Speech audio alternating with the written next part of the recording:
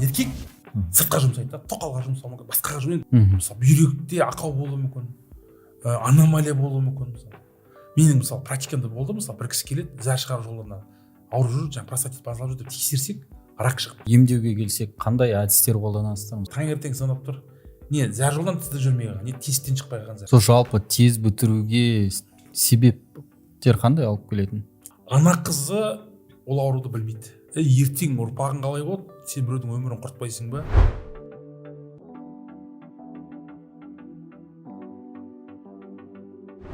Ассалаумағалейкум, құрметті YouTube көрермендер. Қазіргі таңда бізде ер азаматтардың белден төмен проблемалар көптеп кездеседі. Соған байланысты біз подкаст түсіруді ұйғардық. Бүгінгі подкастта қонақта жоғары дәрежелі уролог-андролог маман Олжас Иманғалиұлы және де биодобавка бойынша кәсіпкер Жарылқасын Әлімбекұлы. Жалпы бірден сұрақтарға көшіп бастап кетсек, жалпы урология негіздері туралы айтып өтсек, жалпы уролог қандай негізгі функцияларды орындайды және қандай аурулар мен мәселелерді шешеді? Ассалаумағалейкум. Өте керемет сұрақ қойып отырсыз.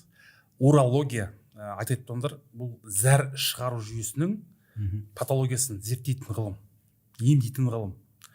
Өйткені уролог маман бұл зәр шығару жүйесін тексеріп зерттеумен қатар оны емдейтін маман. Бұл урология мен андрология екі жүреді. Өйткені урология бізде бұл зәр шығару жүйесі ер адамдарда бар, және әйел кісілерде де бар. Бүйректен зәрдің бөлуі әйелде де бар, еркекте де бар. Бұл жерде урологиялық мәселелердің көпшілігі ер азаматтарда болады. Сол себепті урология көбінесе осы ер азаматтардың осы зәр шығару жолдарындағы кездесетін патологияны зерттеумен қатар емдеу және диагностикалаумен айналысады. Осы маманды уролог дәрігер дейміз. Ал осы ерлердің мәселесін жеке кездесетін, зерттейтін, соны емдейтін ол маман ол андролог. Біз уролог пен андрологты бірге жүреміз. Екеуі. Енді көбінесе бір маманның урологияға терең кетуі ол зәр шығару жолдарымен айналысатын, несеп тас аурулары бар, бүйрек жолдарында ақаулардың, қуық жолдарында ақаулардың көпшілігі осы урологияға кіреді. Ал андрологияға көбінесе біздің ерлердің мәселесі бедеулік, осы ерлердің бойындағы аурулардың емдейтін, тексеретін ғылым осы андрология. Көбісі андрологияны біле бермейді. Көбіне біздің халықтың арасында урология кең тарағанда, уролог мамандар кең тарағанда. Ол уролог, андролог емес, уролог деп қысқа ғана қайырамыз. Соған байланысты бұл атайтып тұрған урина дегеніміз моча деген сөз, зәр шығару жолдары. Соны зерттейтін ғылымда осы урология. Енді айтатын бұл жерде мәселе көп, соны көбімізді біле бермейміз. Урология десе бұл лор ма, басқа ма деп шатастырып атамыз. Осы урологияны қысқа қайырған кезде бұл ер адамдар мен әйел кісілердің зәр шығару жүйесінің патологиясын емдейтін маман. Рахмет. Және мысалға зәр шығару жүйесі туралы айтып кеттіңіз ғой. Мысалға қандай белгілер зәр шығару жүйесінің проблемаларында болады? Қараңыз, зәр шығару жүйесін қандай ағзалар құрайды? Бірінші, бүйрек. Бүйрек бізде істейді. Бүйрек біздің ішкен жеген тағамдарымыздан бөлінген, қанға бөлінген микроэлементтерді бүйрек бізде фильтр. Айтқан сүзгі. Бұл сүзгіге айналдырып, бұл жерден фильтрді өткен зәр бүйрекке жиналады. Бүйректен шығып, арғы несебе қардың ағып, қуыққа барады. Қуықтан ары қарай жыныс жолдары арқылы сыртқа шығады. Осы жаңағы бүйрек жүйесіндегі ақаудың кесірінен, несеп тас ауруы болсын, бүйректің қабыну болсын, ол да осы зәр шығару жүйесінің патологиясына жатады. Екінші несебе қар жүйесіндегі тастың тұрып қалуы, ол жердегі кеңею, гиперплазияның болуы, оның тарылуы, стеноз, ол да патологияға жатады. Сонымен қатар біздің қуық, зәр келетін, жиналатын біздің резервуар дейміз, ол қуық, соңғы этап. Қуықта зәрді жинайды, қуыққа толған зәр уақытылы шығу керек. Оның нерв жүйесінің сигналына байланысты біз қуыққа зәрге баратынымызды біздің миымыз, орталығымыз сигнал береді ғой, қуығың толып тұрған сеземіз ғой. Ол жерде нерв жүйесінің әсерінен біз қуықта қуықтың ішінде зәрдің толуына байланысты дәретке барамыз. Егер осы қуық жолдарында кездесетін қандай да бір патологияның, қабынудың кесірінен адамда осы зәр шығару жүйесінің бұзылысы болады. Оған және де қосымша органдар бар да, біздің ерлерде кездесетін қуық асты безі. Қуық асты безі болмаса, ерлердің мынау зәр шығару жүйесінде зәрдің тоқтамай қалуы. Сонымен қатар зәрге қосымша мынау еркектің қабілетін көтеретін орган осы қуық асты безі. Сонымен қатар бұл еркектің мынау шәуетінің ұрығының жүретін жолына өзінің жаңағы құрамдағы элементтерді, микроэлементтерді қосып ұрықтың сапасын көрсететін осы қуық асты безі. Өйткені қуық асты бездің функциясы өте жоғары. Одан ары қарай бұл үрпіге түседі. Үрпі зәр шығару жүйесінде түтік, соңғы этап. Осы арқылы зәр сыртқа шығады. Осы жолдардың бойындағы жаңағы ақауларды осы зәр шығару жолдарының аурулары деп айтады. Бұл жерде екі нәрсені бір ашып түсіндіре келсеңіз. Зәр шығару каналы мен ұрық шығару каналы бірдей ме? Қараңыз, жоқ. Екі, бірақ мына зәр шығару жолдары арқылы ұрықта жүреді, сідікте жүреді, зәрде жүреді, дұрыс па? Енді Алла біздің ер азаматтардың осы репродуктив функциясын, яғни ұрықты бөлу, оған бір жеке орган беріп қойған да. Ол ең жұмыртқа. Жұмыртқаның қызметі не істейді? Мынау еркек пен әйелдің жыныс қатынасқа түскен кезде сол жерден өндірген ұрықты осы ұрық каналдар арқылы өтеді. Оның енді соңғы этабы әрине жыныс мүше арқылы сыртқа шығады. Осы кезде ол жаңағы жұмыртқадан шыққан ұрық, оның жаңағы қосымша түтіктер бар ғой. Жаңағы ең қосалқысы, сосын визикула арқылы, қуық асты безі арқылы бір түтік сыртқа шығарады. Сол кезде мына қуық асты безінің мына қызметі өте күрделі болып тұр да. Ол зәрді де шығаратын бір түтік бар, ұрықты да шығаратын түтік бар. Екеуін парный орган дейді. Екі жұмыртқа, екі бүйрек былай беріп қойған да.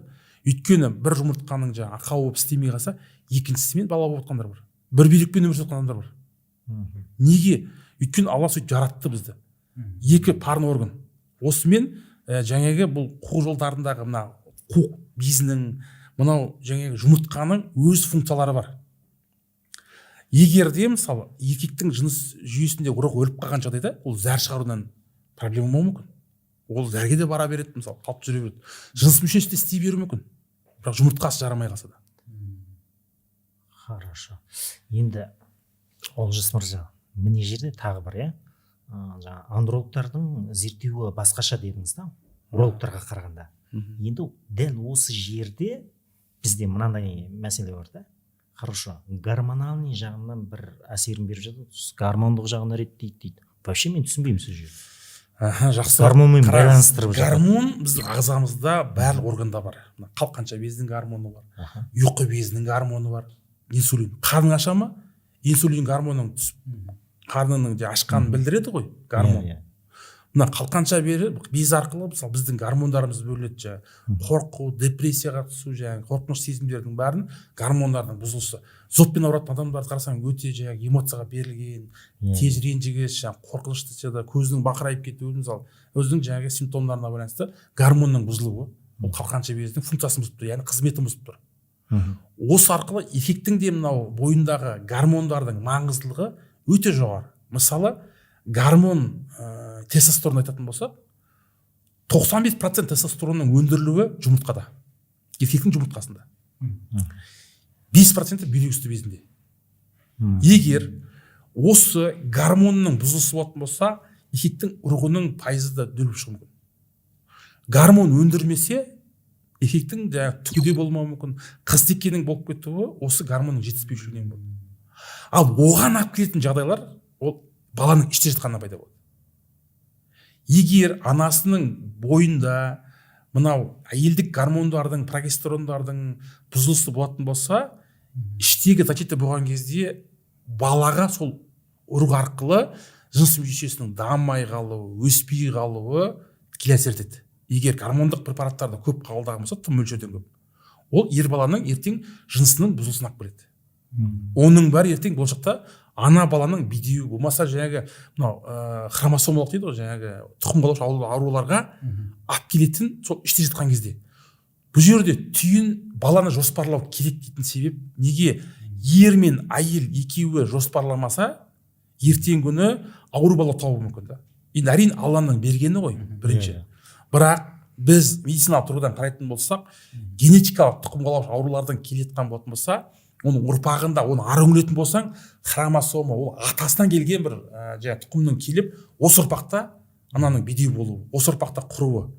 Қарап отырсақ, жыл өткен сайын, мына заман дамыған сайын, технология келіп жатқан сайын, адамның жаңағы генетикасы құрып жатыр. Өйткені мына күннен күнге бедеуліктің саны артып бара жатыр. Неге? Ішкен жеген тамағың, қолданған жаңағы, енді айтқан кезде тұрмыстық жағдайларда баланы дұрыс жоспарламау. Не болса соны мысалы қолданып отырмыз. Тамағымыз дұрыс емес, ұйқымыз дұрыс емес. Оның өзі де саналы ұрпақты әкелуге өте мына біздің үйленген кезде соны біліп өспесе, уже популяция біздің адамзаттың жаңағы айтқан болсақ, ұрпақты азайту жер-бетіндегі халықты көбейтіп жатыр. Өйткені батыстағы жаңағы көп зиянды әрекеттерді қазір біздің елге де келіп жатыр. Ұрпағымыз құрып бара жатыр. Қазір көп бала табатын әйел кісілер аз. Бұрын 10 бала, 7 бала, 8 бала болса, қазір саусақпен санарлық мына кісілер. Өкінішке орай біздің ұрпағымыз құрып бара жатыр. Енді Олжас мырза, кешірім сұраймын, Арман мырза, вообще қызығушылық деген жаман кетіп отыр менде ше. Ортасынан келіп сұрақты қойып жатқанды дұрыс болмай жатыр. Тестостерон гормоны деп жатырмыз. Осы тестостерон гормоны бөлінген кезде енді адамдардың мінез құлқынан болмаса бір артықшының әртүрлі мінез ғой енді. Бірақ осы жағынан қандай әсерін бере алады? Береді. Қалай байқауға болады еркектерден? Еркектердің гормондар азайған кезде еркектердің типі әйел типке ұқсайды, бастайды. Көбінесе эстроген гормондардың азада көбеюі тестостерон гормонын подавлять етеді, яғни басады. Осы кезде еркектің бойында жаңағы пайда болуы мүмкін қызға тән қылықтар. Бірінші. Сөйлеудің өзі де, дауыстың бұзылуы да, сонымен қатар жаңағы мынау жыныс жүйесінің де мына ткань дейін түн түктерінің өзі әйел типке ұқсап кетеді. Бұл тұқымның бұзылуына алып келуі мүмкін да. Мына гермафродизм деп айтамыз, екі жыныста адамдардың да болуы генетиканың бұзылуына алып келеді да. Өйткені мына гормонның маңыздылығы неде? Бұл физиология процесс бойынша ер адамның гормоны жас кезде өте жоғары деңгейде болады да. Физиология бойынша жас ұлғайған сайын ол гормон ақырын түседі. Неге спортсмендер үнемі жаңағы өз тонуста жүреді, спортпен үнемі жаңағы денесін сымбатты ұстағысы келеді жігіттер. Өйткені сол тонусты сақтап қалғысы келеді да. Жасы 40-та болсын, 50-де болсын, 60-та болсын, жас көрінгісі келеді. Өйткені қарасақ, салыстырсақ, 40-тағы адаммен, өзін күтіп жүрген адаммен, өзіне қарамайтын адам салыстырсақ, екеуінің жасы ерекшелігі екі түрлі болады да. Біреудің жасы жаңағы 30-дағы 25-тегі жігітке ұқсап тұрса, біреудікі жаңағы 50-дегі мужикке ұқсап кетеді да. Неге? Өйткені гормонның бұзылысы осыған алып келеді. Өйткені ер адамның мінез құлқының бұзылуы алып келеді бірінші. Екінші жыныс жүйесінің дұрыс дамуы. Үшінші жағдай гормонның бұзылысынан адамдарда жаңағы әлсіздік болады, энергияның болмауы, зауқ соқпайды жұмысқа деген жаңағы мынау көп нәрсеге гормонның қарасақ Америкада неге ожирение көп? Өйткені дұрыс тамақтанудың өзі қымбат. Күнде өзіне дұрыс тамақтану алу үшін оған қаржы керек та. Арзан нәрсе, арзан бізде қолданатын нәрсе, арзан магазинге барсақ, күнде балық ала алмаймыз ғой мысалы. Икра күнде жей алмаймыз ғой. Барамыз, мынау көп ұзақ сатылатын продукт аламыз, қолданамыз ғой. Осының кейбіреуі дұрыс қолданбағаннан ағзадағы метаболизм, яғни зат алмасу процесі бұзылады. Осы кезден біздің еркектеріміздің көпшілік қазір семіздікке ұшырап жатыр, жаңағы әйел типке ұқсап бара жатыр. Оны біздің популяцияны құртып жатыр. Егер осы жағдай жалғаса беретін болса, біз ертең ұрпақ қысқа қаламыз мысалы. Кетіп бара жатыр уже бір бала. Мынау еркектердің бойында қабілеттің жетіспеушілігінен әйелдердің арасында да мысалы, әрине оған да гормон керек болады мысалы. Ұрпақ керек болады, ажырасу болып жатыр. Неге? Өйткені еркектің қызығушылығы жоқ әйелге деген. Құмарлық төмендеп жатыр. Гормон төмендегеннен кейін ол қыз теке болып бара жатқан кезде. Ол өмірге жаңағы ұрпақ келе ме жоқ, өзінің денсаулығымен арпалыса ма? Бір еркек сияқты дейтін бір сондай мінездер қалып бара жатыр дейсіз ғой. Қалып бара жатыр да. Біздің қазақтың рухы негізі мықты болған ғой кезінде. Айтпаңызшы, шығып тұр ғой сізден. Өйткені рух құрып жатса, адамның бойында қорқыныш болады. Әзір көбінесе қорқа береміз ғой. Бірдеңе ой қорқамыз. Өйткені біз рухымыз түсірген сайын біз ұсатылып бара жатырмыз да. Ұрпақ ұсатылып бара жататын болса, біздің ұлттығымыздың құруы, тіліміз, дініміз басқасы келетін болса, ол ұрпақтан қалмайды ғой. Неге жанымыз шығып жаңағы қазақ тілін дамытып, қазақша ұйымдастырып жатырмыз? Біздің қазағымыздың ұлты дамымаса, тіл кетсе болды, басқасы кетеді ғой. Қазағымыздың қыздары кетіп жатыр шетелге. Неге кетіп жатыр соны ойласақ? Ол еркектің өзіне қарамағандығы ғой. Біз қарапайым қарындастарымызды басқа шетел асырып беріп жатырық, жігіттерге беріп жатырық қой. Неге? Қауқарымыздың жоқтығы, еркектің әлсіздігі ол. Не үшін оны жаңағы асырай алмасаң, оны жаңағы дұрыс бақытқа бөле алмасаң, оған ұрпақ сыйлай алмасаң, оны жаңағы обеспечить ете алмасаң, конечно, әйелге не керек? Әйелге дұрыс бақытты болу керек. Оның жаңағы семьясының жақсы бақытты өмірге саналы әке болу керек. Одан басқа керек емес әйелге. Сені оның жыл сөзіңді беруің, оны обеспечить ете алатын болсаң, любой әйел сені қадірлейді ғой. Біз қазір жауапкершіліктен қорқамыз ғой. Үйленсек бір бала болса болды, ойбай ақша таба алмай қаламын, жаңағы ойбай денсаулығым жоқ, өйтіп өзімен алысып жатқан еркектер көп қой қазір. Ол не то что әйелін өзінің басын алып жүре алмайтын еркектер көп. Соның кесірінен қыздарымыз кетіп отыр. Ойбай біз жалған намыспен өйтеміз, бүйтеміз. Комментарийге отырамыз, үйде отырамыз диваннан, ой бүйтпейсің, сөйтпейсің. Реально келген кезде өмірде жігіттер өз басын алып жүре алмайды. Енді шынымен де еркек пен әйелдің қарым-қатынасы айтылып жатыр ғой мына жерде. Тестостерон гормоны, ол мінез құлыққа қалай әсерін беретіні айтылып тұр. Хорошо. Енді ер мен әйелдің арасындағы байланысқа кәдімгідей осы урологиялық жақтағы еркектің мүшесі дейін ба, мінезі дейін ба, еркектік бір күш қуат дейін ба, осы семьяға, барыс келіске қаншалық деңгейде әсерін бере алады? Бұл сұраққа жауап беретін болсам, әрине әсер етеді. Егер еркек пен әйелдің арасында бірінші сезім болмаса, екінші шынайы махаббат болмаса, ол семья болмайды ғой. Еркектің еркектігі мықты болмаса үйде әйел еркек болып кетеді. Махаббат деген нәрсе айтылып жатыр да, осы жерде жаңа гормонды қозғадық, ананы қозғадық, мынаны қозғадық. Хорошо, ол еркек болу үшін екеуінің арасындағы махаббат, сезім тікке осы урологиялықпен қандай байланысы бар? Қараңыз, гормон тестостерон охотник гормоны да, охотник. Яғни аңшы гормоны да бұл. Еркек аңшы болу керек та. Өйткені еркек аңшы болып мықты болмаса, ол тек қана әйеліне барып мықтылығын көрсетеді ғой. Ол көшедегі барып еркекті ұрмайды ғой, мен мықтымын, сен мені көрдің бе деп ше. Оның мықтылығын тек қана әйел ғана біледі ғой. Әйелге сен бүкіл жаңағы жағдайын жаса, өзіңнің мысалы қауқарың мықты болса, ол әйел кетпейді ғой. Ақы бар. Ақы бар. Өкінішке орай біздің жас жігіттеріміздің қауқар төмен дегенде әйелдер измет етеді мысалы. Басқа еркектен ізет алғысы келеді. Ол да бір гормон алғысы келеді да мысалы. Оргазм дейміз мысалы. Ол да эндорфиндер алғысы келеді. Енді бақыт гормондарын алғысы келеді. Ол күйеуінен алмаған жылуды қайдан алады ол? Мен түсінген мынау енді. Хорошо, тестостерон гормоны арқылы әйеліне сондай бір еркек екенін көрсете алса, өзіндегі сезімді де, әйеліне деген махаббатын да жақсы көруін де әйел адамға конкретно түсіндіре алады деген сөз ғой. Әрине. Бұл жерде айтып қоса кететін жағдай энергия. Кундалини энергиясы бар. Еркектің энергиясы мықты болса, ол алған, әйелден алған энергияны еркек дұрыс жаққа жұмсайды да. Ол бизнеске жұмсауы мүмкін, ол білімге жұмсауы мүмкін, ол басқаша жұмсайды.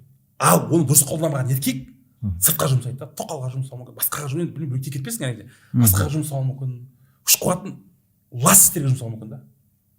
Тоқал алғандарға тиіп кеткен жоқ па? Жоқ, тиіп кетпесін. Енді бір айтып отқаным, ол басқа мен айтқым келгені, енді ол сыртқа әйелін жиі измет етуі мүмкін да, мысалы. Оның қауқар дамып тұр, красавчик жігіт ол. Накачанный тестостерон бойында ойнап тұр да. Енді бұл жерде мысалы еркектің бойында эгосы ойнап кетуі мүмкін да. Менмендік ойнап кетіп, мен еркекпін ғой. Сол себепті көп отбасыларда да түсінбеушілік болуы мүмкін. Ол қауқарының күш қуатын барлығын жанұясына, отбасына арнау керек та. Осы кезде оның жаңағы бизнесі де дамиды, жаңағы денсаулығы жақсара бастайды. Оның энергиясы таси бастайды. Энергия бізге күш қуат береді, денсаулық береді.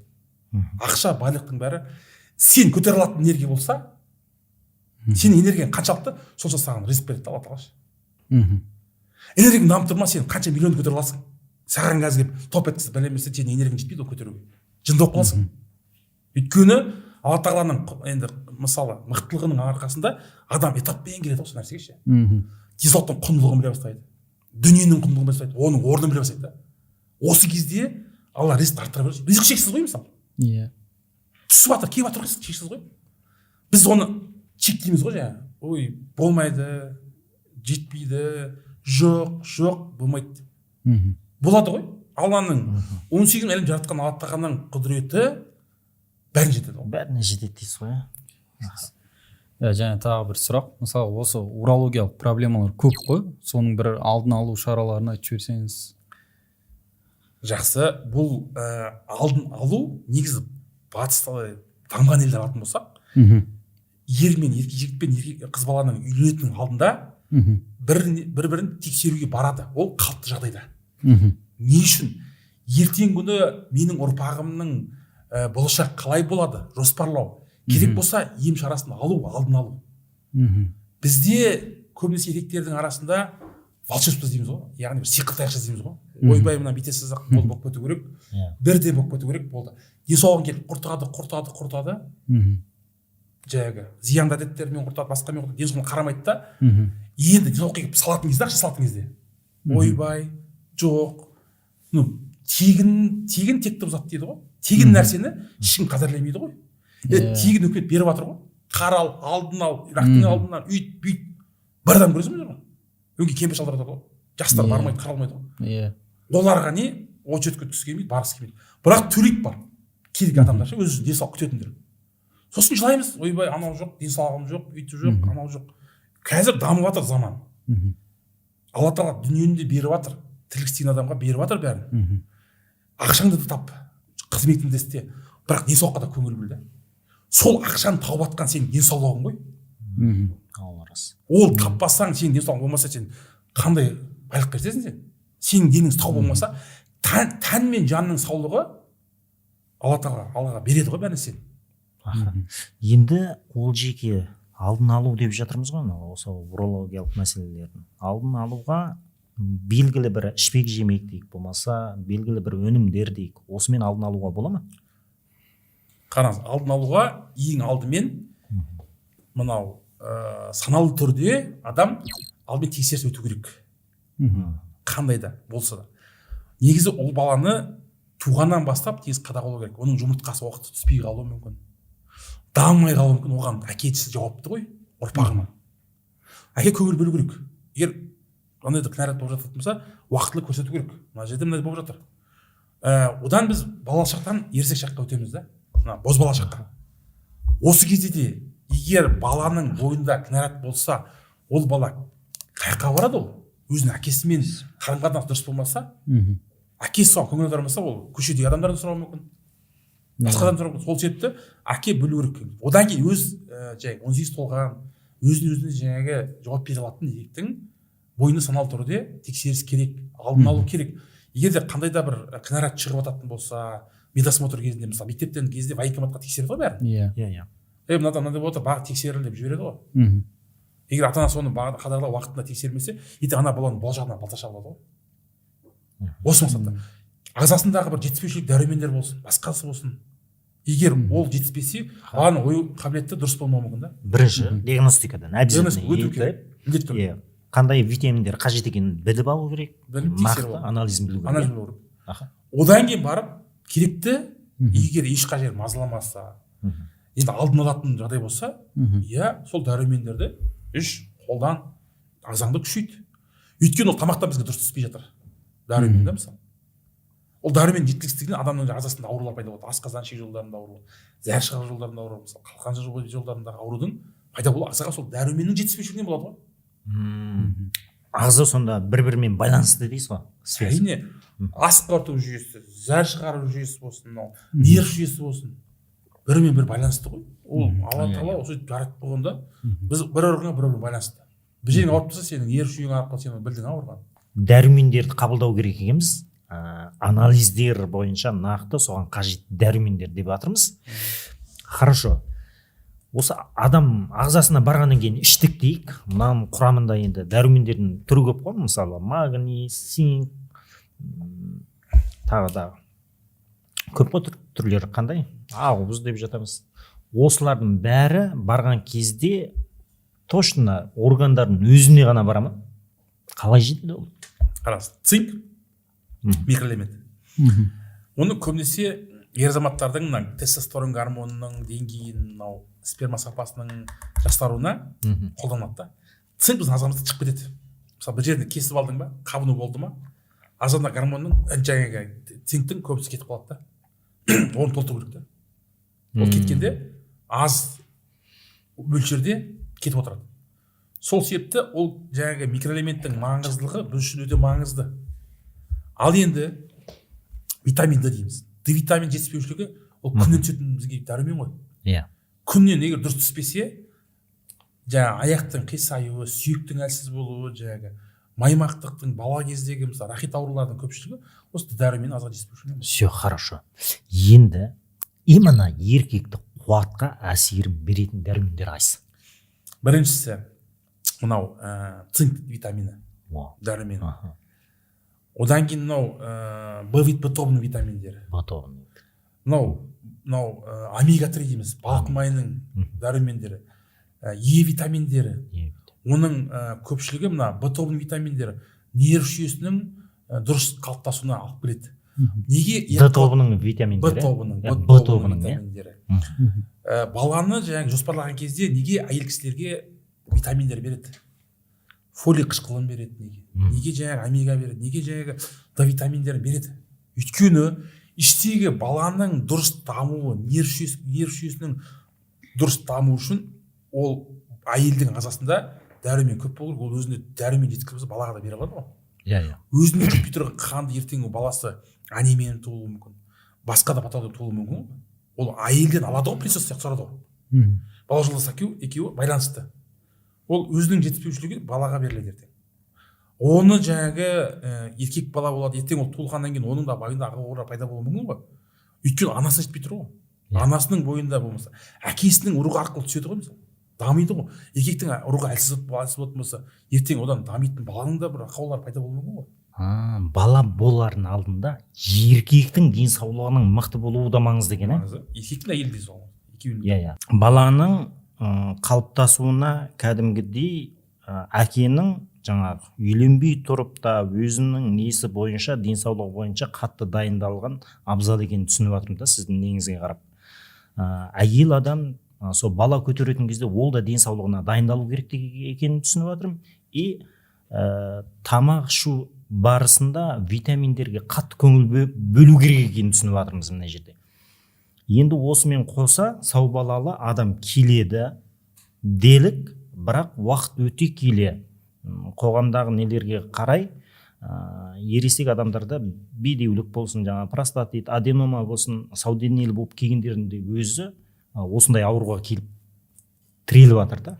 Енді осы ал сіздікі тек тума барысында жаңағы пайда болатынменен жаңағы әке мен шешенің күтінбеуіне байланысты пайда болатын осы екеуінің айырмашылығын түсіндіре кетсеңіз. Потом барып еркектің бедеулігі, әйелдің бедеулігі де бірінші туа пайда болатын болуы мүмкін. Екіншісі жүрек пайда болады. Туа пайда болған бедеулік бұл іштен туылған баланың дұрыс генетикалық дамымауына байланысты. Еннің дамымауы, әйелдерде түтігінің дұрыс дамымауы, жаңағы осылардың кесірі бұл негізі туа пайда болған. Еркектердің түгі дейсіз бе? Еркектердің мынау жаңағы айтып отырғаным генетикасының бұзылуына байланысты туылған болса, ол жаңағы жүрегіле ол туылғаннан болған бедеулік болуы мүмкін. Жүрек пайда болған бедеулік бар. Ол өмірге сау болып келеді. Ол бедеулікті өз қолымен жасайды. Жыныстық ауру жұқтырады, жаңағы күтінбейді уақытылы. Ауруын асқындыруы мүмкін. Простатиттің артқы жаңағы қабынуы ракқа апаруы мүмкін. Аденомаға апаруы мүмкін. Простатит дегеніміз жалпы қуық асты безі любой еркекте бар ғой. Қалыпты нормада. Оның қабынуын простатит дейміз да. Ит жалған осында қабыну. Ол қалай қабынады? Ішіне микроб түсе ма? Ол бактерия түсе ма? Соның кесірінен сол жер ісінеді, қабынады. Оның өтетін ағза болғаннан кейін ол зәр шығару жолында зақымдауы мүмкін. Мынау ұрық жүретін каналында бой зақымдануы. сол инфекция жаңағы нелері қайдан жұғады? Бірнеше жағын көрсетіп берсеңіз. жұғу жолдары біріншіден бұл гигиенаның бұзылуынан болады. Жеке басының тазалық сақтамағаннан болады бірінші. Өйткені енді жалпы көп адам жиналатын жерде жүру болуы мүмкін, судан түсуі мүмкін, бірінші жағдай. Екінші, әрине жыныстық жол арқылы жұғады. Егер жыныстық жол арқылы қалай жұғады? Әйел адамның ағзасында егер жүретін ауру болатын болса, егер ол етек кірінің келіп қойған кезде жыныстық жақтасы болатын болса, ол еркектің бойына микробтардың пайда болуы. Өйткені әйелдің ағзасы тазаланып жатыр. Осы кезде еркектің бойына микроб өтуі. Ол микроб өте келе оның екі түрі бар да. Симптомсыз, симптомды, яғни бұл ВРЖ дейді, ауырып жатқан кезде ВРЖ симптоммен жүреді. Айқын белгілермен жүреді. Ол жұқтырды ауруды. Жаңағы жыныс жүйесінен сілекейдің ағуы, іріңнің ағуы, қышуы, арнайы белгі беріп жатыр да оған адамға. Екіншісі, жыныстық ауру жұғады, бірақ белгі жоқ. Жүре береді, ол білмейді өз ауруын жұқтырған. Ол жүруі мүмкін. Кейін бір үйленгенде бір жағдай, бір случайно бір барып тексеріліп қалған кезде анықталып қалуы мүмкін да. Оған дейін ол өзінің ұрығын өлтіріп жүруі мүмкін. Оған дейін жүре келе жаңағы ауру қатты біліне бермейді. Біліне бермейді да, симптом жоқ та. Өйткені симптом болмағаннан кейін адам бармайды ғой. Адамды қай кезде, адамды бір қатты бөл болған кезде, ауырған кезде адам қозғайды ғой ортан. Оған арнайы сол білу үшін сол ағу керек, орнынан бір қабыну керек, ауру керек, сол кезде адам жүгіреді ғой. Оған дейін алдын алып барып көрінейін деген адам жоқ қой. Бір рет көрмейміз ғой. Қай кезде жүгіреді? Или жыныстық жүйе істемей қалған кезде, болмаса бір қоқ болған кезде, жанына батқан кезде бар адам жүгіреді ғой. Ойбай, мынаны емдейін, көрейін деп. Оған дейін бір сау адам келмейді ғой. Біз қазір наоборот ауру емес, сау адамды ауруды алдын алуымыз керек қой. Өкінішке орай аурудың асқынуына келіп жатады.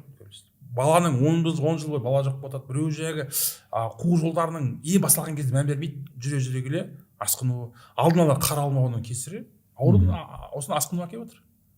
Ал содан кейін іздейміз жолдарын, не істейміз? Бір дәрі іше салсақ болды, вакцина істеп жазып кететін жолды іздейміз да. Ренжиміз сосын. Ойбай, болмай жатыр, үйтпей жатыр. Жер табыламыз ғой. Жер табылған сайын анадан бүйтеміз, ана бүйтіп қойды, сөйтіп реніш, өкпе, реніш, соның бәрі ағзада ауруды одан сайын қоздырады. Нерв жүйесі. Стресс алған сайын ауруды қозғала бастайды. Енді жалпы емдеу, алдын алу шаралары туралы айттық қой жалпы. Енді емдеуге келсек, қандай әдістер қолданасыздар? Мысалы урологиялық. Урологиялық әдістердің әртүрлі бар. Бірінші диагностика жүреді. Диагностика барысында, яғни зерттеу барысында қандай диагноз шығады? Мысалы, бедеулік шығуы мүмкін. Белсіздік шығуы мүмкін. Қуық жолдарының қабыну шығуы мүмкін. Жыныстық жолдарда ауру шығуы мүмкін. Генетикалық ауру шығуы мүмкін. Тұқымы жоқ болуы мүмкін. Бір жұмыртқасы жоқ болуы мүмкін. Іште қалып кетуі мүмкін. Мысалы, бүйректе ақау болуы мүмкін. Аномалия болуы мүмкін. Менің мысалы практикамда болды, мысалы бір кісі келеді, зәр шығару жолдарына ауырып жүр, жаңағы простатит базалап жүр деп тексерсек, рак шығып тұр. Рак, мочевой пузырь шығып тұр. Яғни қуықтың рагы шығып тұр. Бір пациент келіп тұр, жұмыртқасынан тоже онкология шығып тұр. Ол өзінің жаңағы пайымдауынша бір беспокой деп жүр, келеді. Тексеріс басында біз күтпеген жерден ауру шығып қалуы мүмкін да. Сол себепті сол ауруды диагностикалағаннан кейін барып, сіз білеміз қай ауруды қалай емдеу жолдарын жасау керек. Иә, алдын алу жолдары жүру керек, профилактикалық іс-шараларға бару керек, алдын алу керек.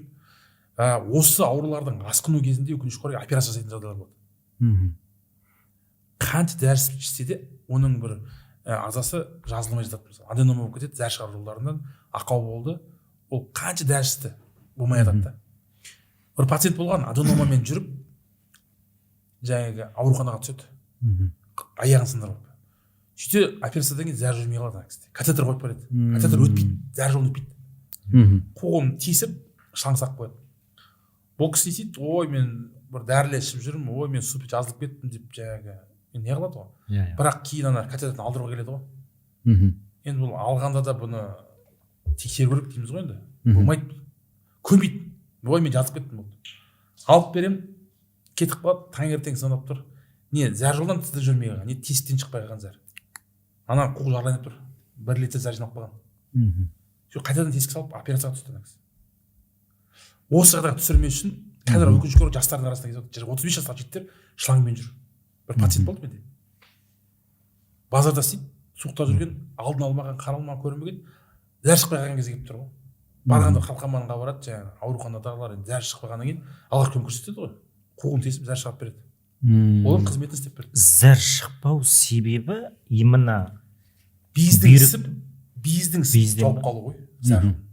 Зәрдің кідіріп қалу ғой. Хорошо, без неден ісіп отыр ол? Уақытында қаралмағаннан, қабынудың ұзақ уақыт жүргенінен, оның қатаюынан, микробтың түсуі бар, суық температураның да асқынуының кесірі. Значит, бұл жерде мынандай нәрсе болып тұр, ол ісініп кеткен кезде жаңағы гормональный жағы болсын, миға жаңағы нерв талшықтары арқылы болсын, тағы басқа да жолдары болсын, өзінің функциясын толыққанды атқармайды кейбір органдарда, өте ауыр.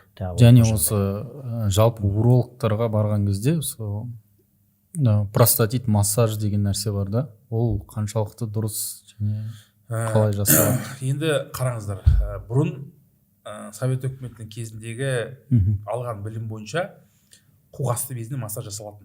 Не үшін? Өйткені секреттің толуы, өзігінен жаңағы ол секреттің шықпай қалуы, қабыну кесірінен қолдың массаж арқылы қарайды біріншіден. Неге қарайды? Мына қолдың сезімталдығы арқылы оның ағзасында рак отыр ма, түйін отыр ма, ол массажға қарайды. Ал сол кездегі методтың әдісі сол массаж болған. Енді заман бір жерде тұрған жоқ, дамып жатыр. Жаңа технология келіп жатыр. Қазіргі уақыттарда ол массажда көп айтқанда жасап жатқан жоқ.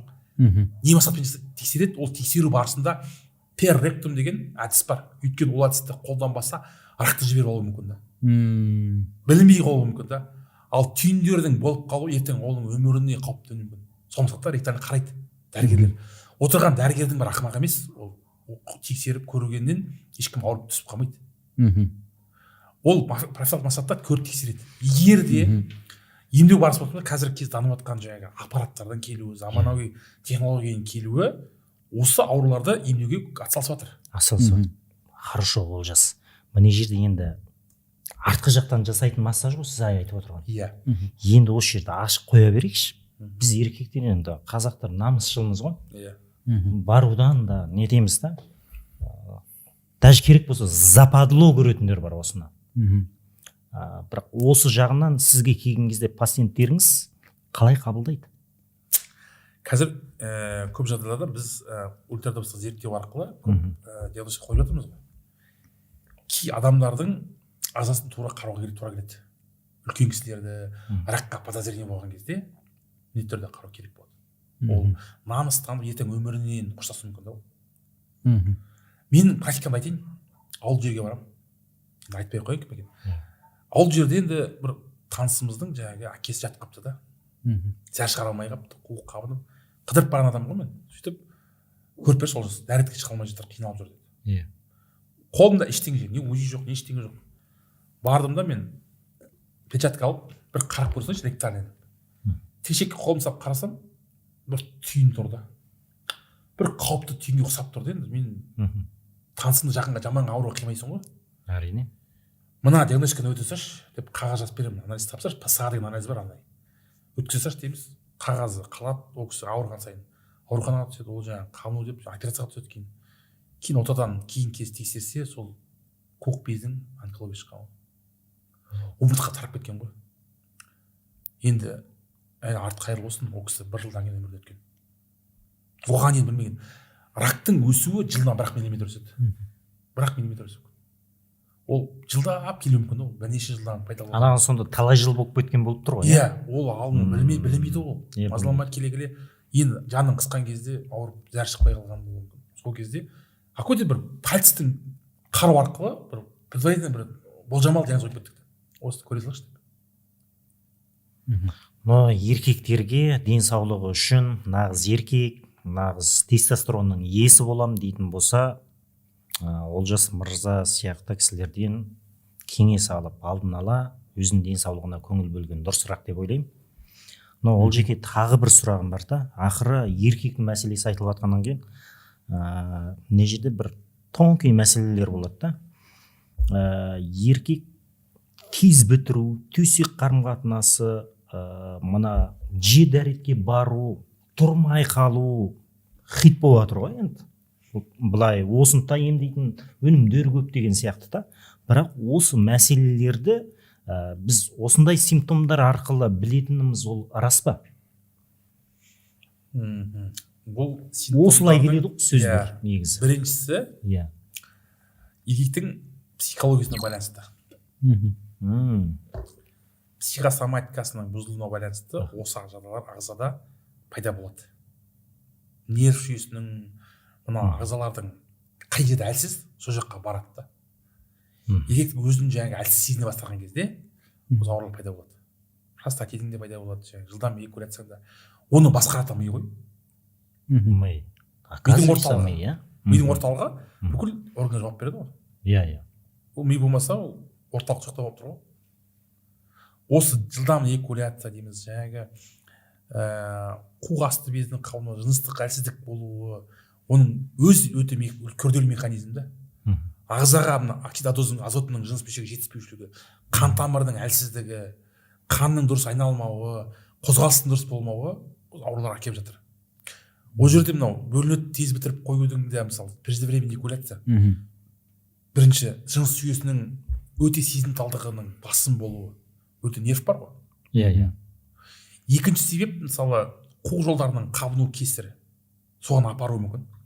Жаңа тез сезімталдығы тез бітіруге апарады, иә? Также. Еркектердің жылдамдығы, ұрықтың шығып кетуі өзін басқара алмауына байланысты. Нерв жүйесінің, ол нерв жүйесі любой еркекте болу керек қой. Иә.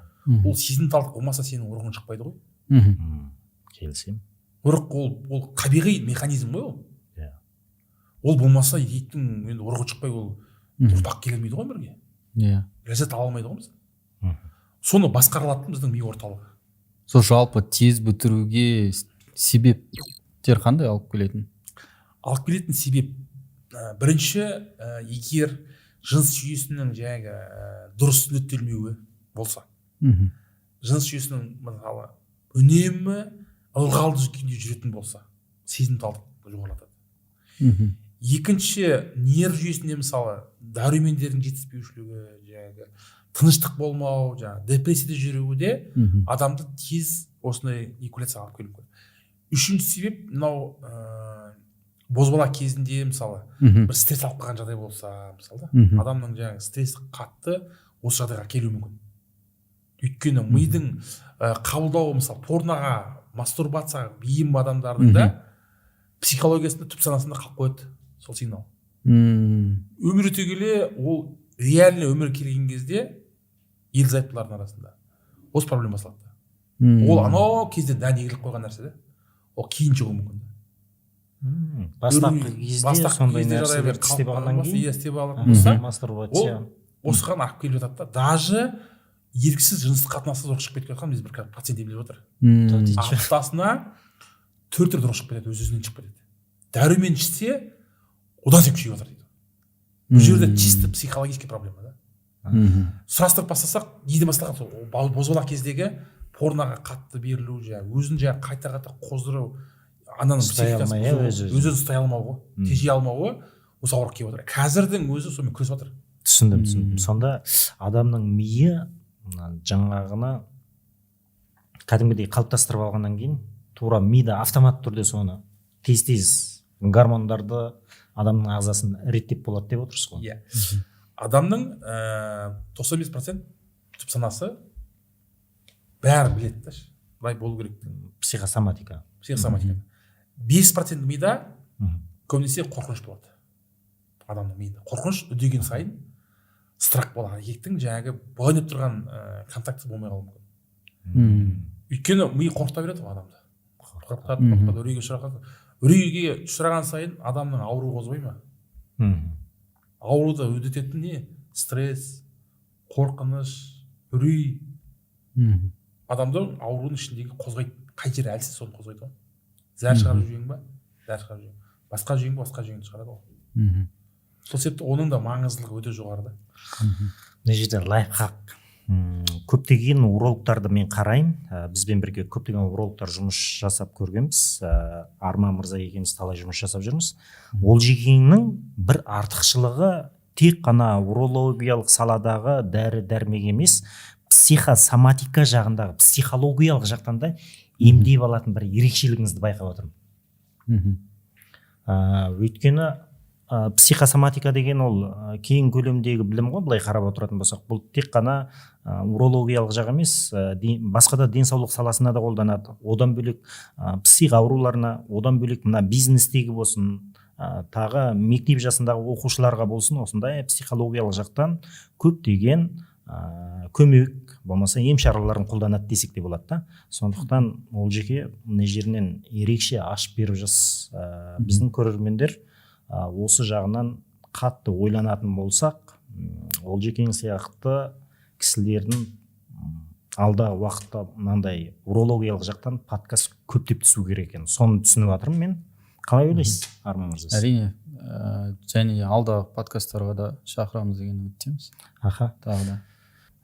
Ол жеке мына жерде ше, шынымен де жаңағы жастарды айтып жатырмыз ғой, көбінде жас кездегі порно болсын, мастурбация болсын, осындай жағыменен келген кезде адам өзінің ағзасын бұзып алады екен. Енді қараңыз, жастарда үйленіп жатқан кезде кәдімгідей бір мыналарды сезіп жатамыз, бала болмай жатқан кезде стресске кетуі, ұрыс керіс болған кезде даже бір-бірінен бөлек қалып, осындай бір-бірін қанағаттандыру дегеннен де бір қатты бір ләззатын алмаған жастарды да көріп отырмыз да. Өзімде әне бауырларым бар деген сияқты. Ашық сөйлессек, осындай жағын ашық айта береді да бізге. Сондай ғой деп бір-бірінен көру, мысалы қарындастарымызды қарасақ та еркек емес деген сияқты да. Осы жағында мысалы жастар сізге көп келе ма, или орта жастағылар көп келе ма, болмаса үлкен кісілер көп келе ма? Не үшін жастар осы мәселе жөнінде келмейді деген сұрақ тұр да менде. Негізі сізге көп баратындар орта жас пен кәрілер деп ойлаймын, өйткені жастар келмейді. Қазіргі біздің қараудағы статистикаға байланысты 25 пен 40 аралығындағылар келеді ғой. Көп келетіндер ше. 40 жас пен 25 аралығы. 25 пен 40 аралығында. Неге деген сұрақ келеді да. 18 пен 25 аралығындағылар келеді, келмейді, оның бойындағы жаңағы ол ойламайды ғой нәрсені ше. Ол түсінбейді оны. Өйткені оған қызық емес ол. Ол түсінбейді кім екен. 25 пен 40 аралығындағылар неге келеді? Өйткені ол үйленгендер, табыс тауып жүргендер, соның бәрін денсаулықтың құндылығын білетіндер іздейді, интернеттен де іздейді. Ол неге іздейді? Ертеңгі ұрпағының болашағына алаңдайды да олар. Әке бола аламын ба? Ол уже жас шақтан өтті ғой, уже ойланатын жасқа келді да. Семьясы бар, басқасы бар. Енді семья құрайын деп жүрген жігіттер бар. Ойланады да. Ертең менің бойымда қандай ауыр болып қалуы мүмкін? Қой көрінейін дейді. Ал 18-25 аралығындағы жігіттердің кейбіреуінен бар келетіндері да тексеріп өтейін. Оларға қызық емес та, өйткені ол әлі айтқанда бозбалада қызығушылықпен жүрген адамдар да. Ал 40-тан 60-70 аралығындағы 80 кісілер не үшін келеді? Рак болып кетпесін. Өмірімде жаңағы қауіп, өйткені өмірде біздің өміріміздің несі тәтті ғой. Өлімнен өмір біз тәтті ғой, мысалы өмірде. Ұзақ өмір сүргісі келеді, денсаулығын қарағысы келеді. Өйткені 40-тан кейін біз қарасақ кісілердің онкологиясы шығып жатыр да. 40-қа дейінгі мысалы кісілердің келуі де мысалы біреуінің денсаулығының ерте күтінім болуына, жақсаруына көңіл бөледі да. 60-тан кейін кісілер тоже келеді. Олар аденомамен келеді көбісі. Енді осы жастарды біз тездетіп емдеу үшін көптеген үгіт насихат керек сияқты деп ойлаймын да. Әсіресе жыныстық сауат десем қалай ойлайсыз? Керек. Өйткені қазіргі уақытта осы сауаттылықтың дұрыс болмауынан көп ер азаматтар қателеседі да. Өкінеді сосын. Қап, білмегенімді қарашы. Жол көрсететін адам болған жоқ қой. Не үшін мен сөйттім? ВИЧ ауруымен келеді да. Өміріне ВИЧ ауыр жұқтырған маған практикадан 3 адам келді. Ана жігіттің бойында ВИЧ ауруы бар, келіп тұр, менде ВИЧ дейді да. Үйленейін деп жатыр. ана қызы ол ауруды білмейді. Өте қиын жағдай да.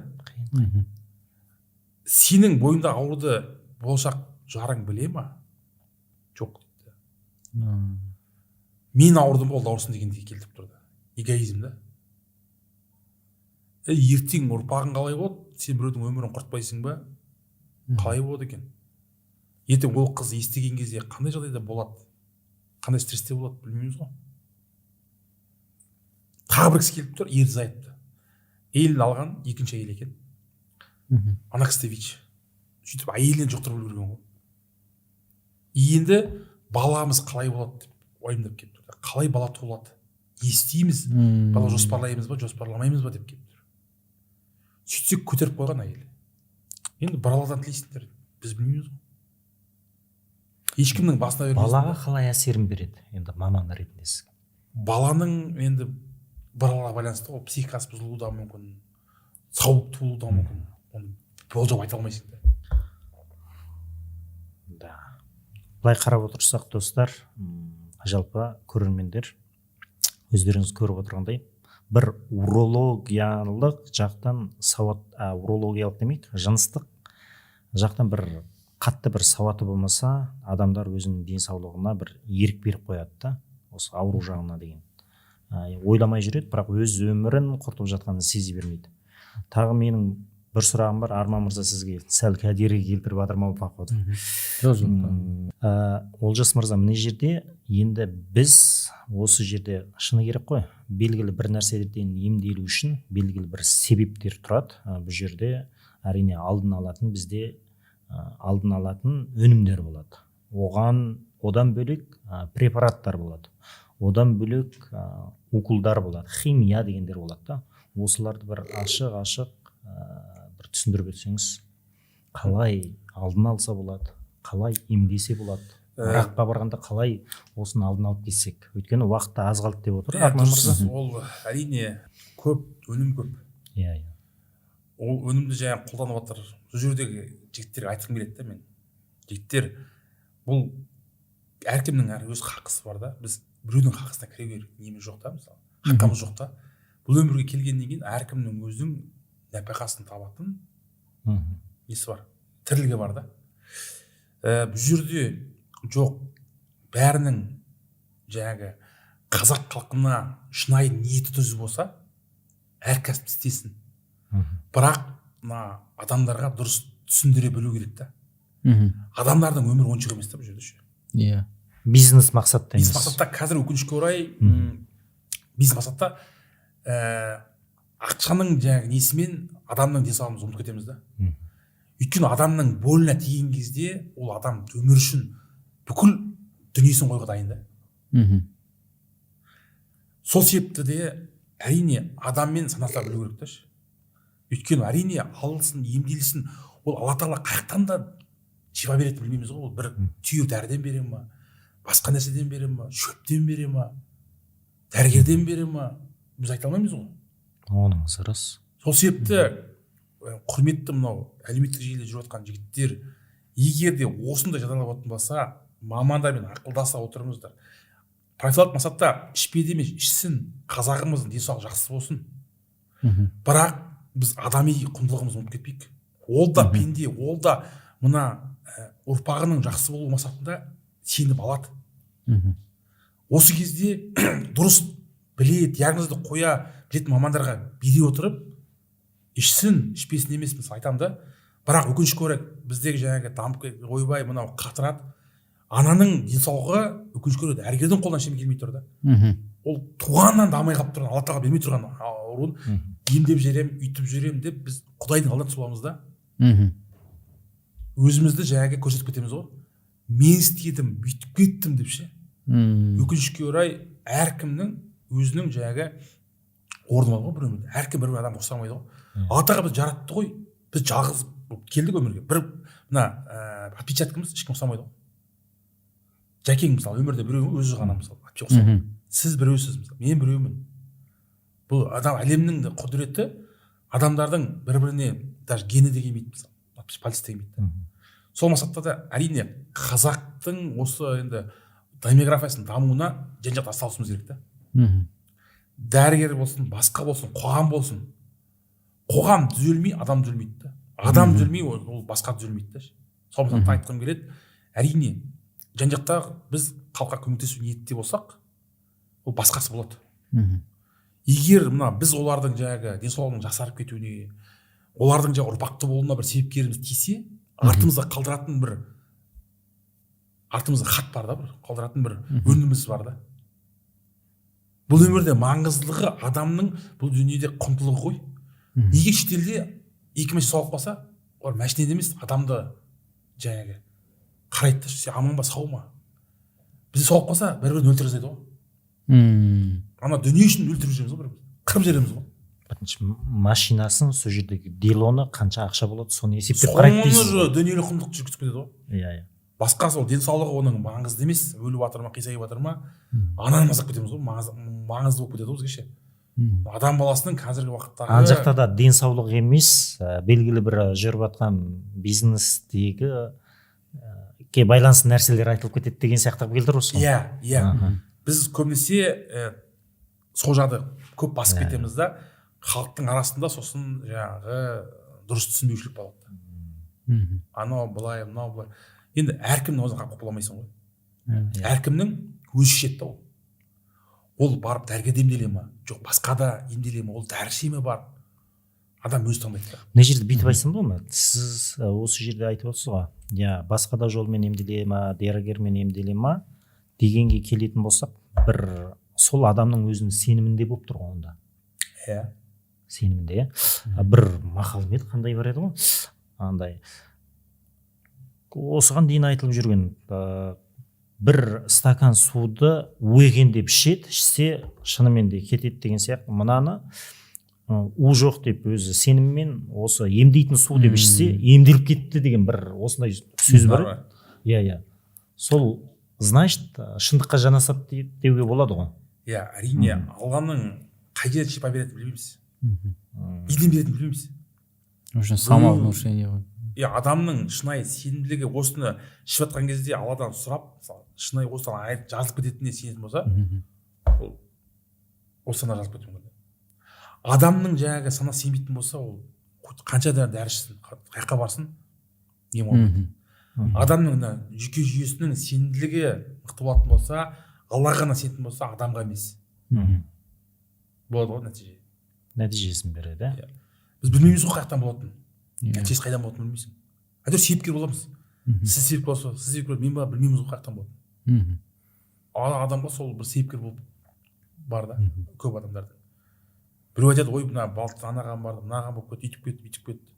Алты қалыпты соны барып соған алу. Мысалы, конкуренция деген жоқ та. Ойлайды, ой, конкуренция болып кетті.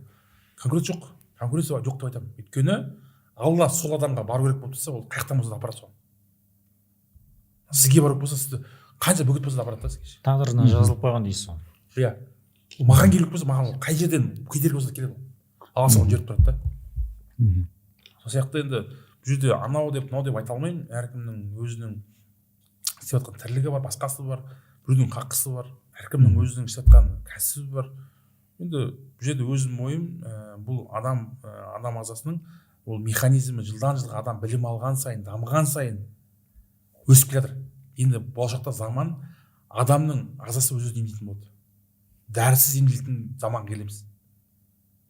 Өйткені қазір біз дәрімен келіп жатырмыз ғой, емге.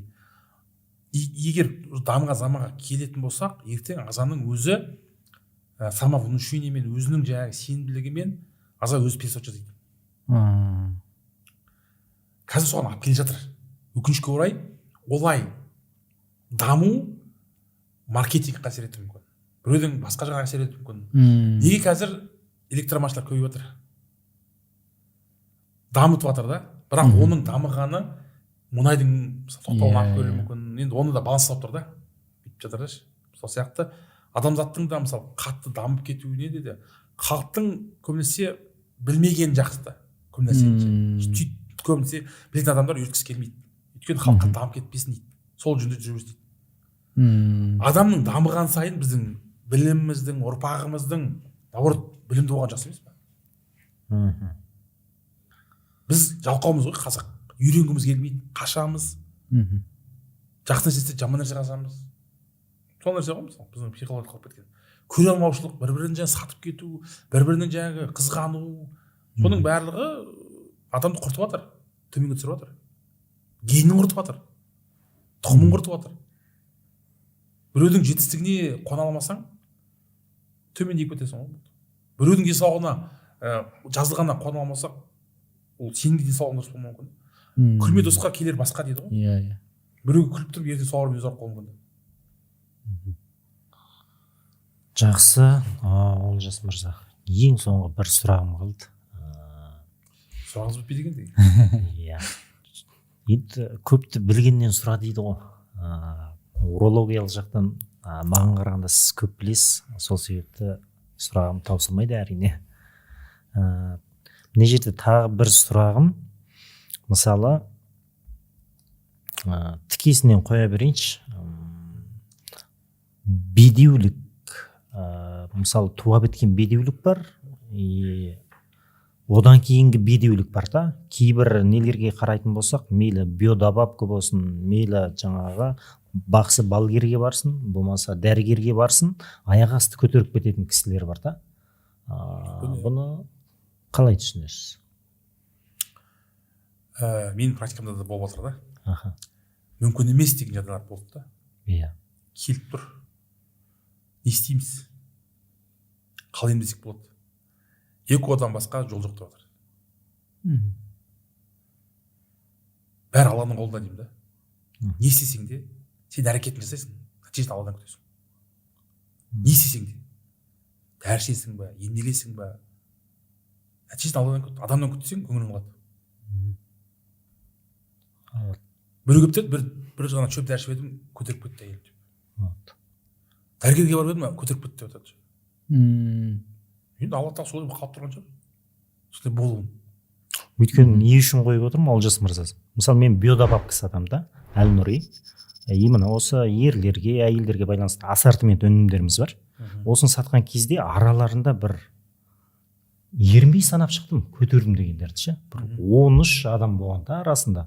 Бұл қалай? Мысалы просто біз қуаттандыратын осындай бір дәрумендер ғана да ол. Бірақ аяқ астынан клиенттердің өз осылай жазатындар бар. Тура сіз айтқандай. Яғни шөп-дәріден, болмаса бақсыдан, балгерден, болмаса осы дәрігердің көмегімен мен осындай болдым деген. Значит, бұл да сол жаңа осының алдында айттық қой, клиенттің өзінің сенімінде деп. Былай қарасақ, Алла тағалаға деген сенімі күшті болатын болса, бұл жағда жақсы көмектесетінін байқап отырмын да. Өз денсаулығына қатты көңіл бөлетін адам бір сеніммен, бір ынтамен жақсылап өзінің денсаулығын қарайтындай болып бір ары қарай құлшынатын болса, Алла тағала беретініне сену керек екен. Мен солай ойлап тұрмын қазір. Бүгінгі келгендеріңізге үлкен рахмет. Өте пайдалы подкаст болды. Енді біздің көрермендерімізге сыйлық дәстүрі деген нәрсе жасасам ба деп отырмын. Мысалға, сіз мысалға биодобавкадан келгеннен кейін бізде міндетті түрде сыйлық бере аласыз деген ойдамын. Және де Олжас мырзаға бір тегін диагностикаға ойнатсақ арамызда. Ол үшін комментарийға келесі выпусктарда қандай тақырыптар біздің жақтан Әлнұри компаниясынан бір курс лечения сыйлығымызды береміз болды. Өте керемет, рахмет сізге. Жалпы көрермендер комментарийдің астына жаза кетіңіздер, қандай тақырыптар сіздерді қызықтырады, болашақта сол бойынша түсіретін боламыз. Және де ең оригинальный комментарийға осы сыйлықтарды ойнататын боламыз. Көп рахмет.